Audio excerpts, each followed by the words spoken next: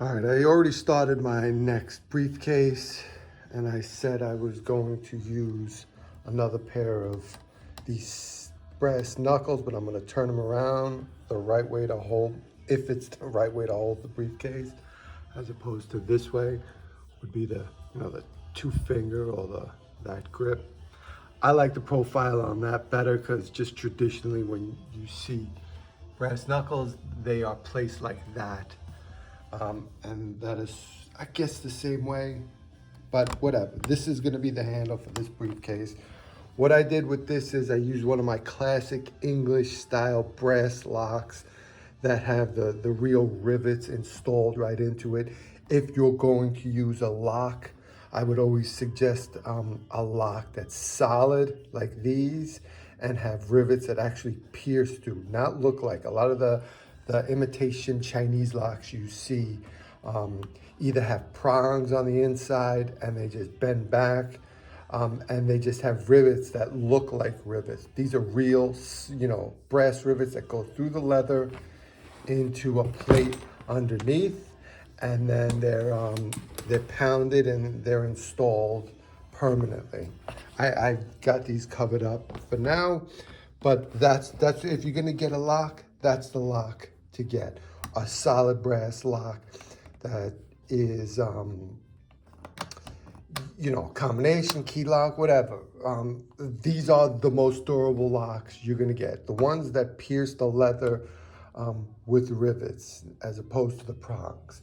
I always say, like in my last videos, if you just don't wanna mess with locks or anything internal components, the best way is a latch or a buckle or one of those tactical locks that I put in, which is probably even better than the buckle or the latch, because it's just as durable, if not more, and easy to use. I don't have one to show right now, but if you look at my my website or any of my photos for those tactical locks, you'll see what I mean. All right, so with this briefcase, I've got this Herman Oak tan leather, and I've got this UK black leather on the bottom as a mix. The brass handles are in brass, and the other component, an antique brass, and the other components are in this shinier brass.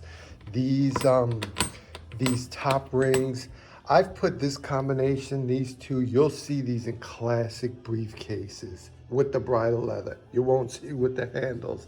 That's I think the unique aspect that I like about it.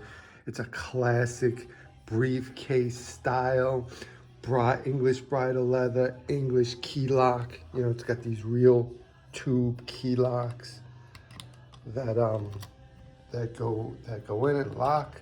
If it's left unlocked, it's just it's a push down open.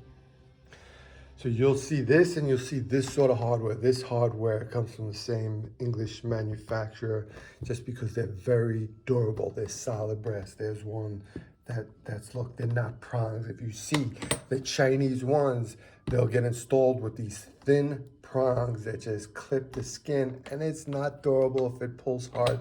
This is not going anywhere. This is all permanently set to a metal bar into the thick leather. It's not going anywhere. It can handle the abuse. Even the lock itself, because it's got the rivets, can handle it as long as the mechanism inside doesn't break, which it's not as complicated, and it's made out of solid brass. They don't break. I've got bags like these from 100 years ago. It's built the same way, and they're still around. Now this is a thick bag. It's gonna be a double gusset. Here's the middle gusset. It's gonna be 2 compartments. It's a thick bag made with thick, solid hardware, and that's it. All right, so the inside, show you what I did. So these solid brass keeps, right? These guys pierce the thick leather into the bar, and then they're screwed on here. I use Loctite around the thread to harden. The screws cannot come off with Loctite. It's a permanent set. Same thing with the screws that come in through the what do you call it? The brass knuckles into the bar. And then I put a hard epoxy on top, which this is also hard to come off. You would need to actually drill it off. But just to show you, you know, what I built, you have this, you have a solid post going in here. It's just not coming off. It's part of the briefcase now. It is what it is. I'm gonna cover it up and it'll be that. Oh yeah, and I did the flap a little bit different from my last briefcase. I did the flaps like that. I just carved the outside and just did some stitch here. I punched out the holes and I just carved the brass knuckles onto it. I'm not gonna stitch it, at least not for now. I think it's subtle. You got the holes. Once it's formed, it'll look, I think, pretty good. You know, something like that. We'll see. It's almost done.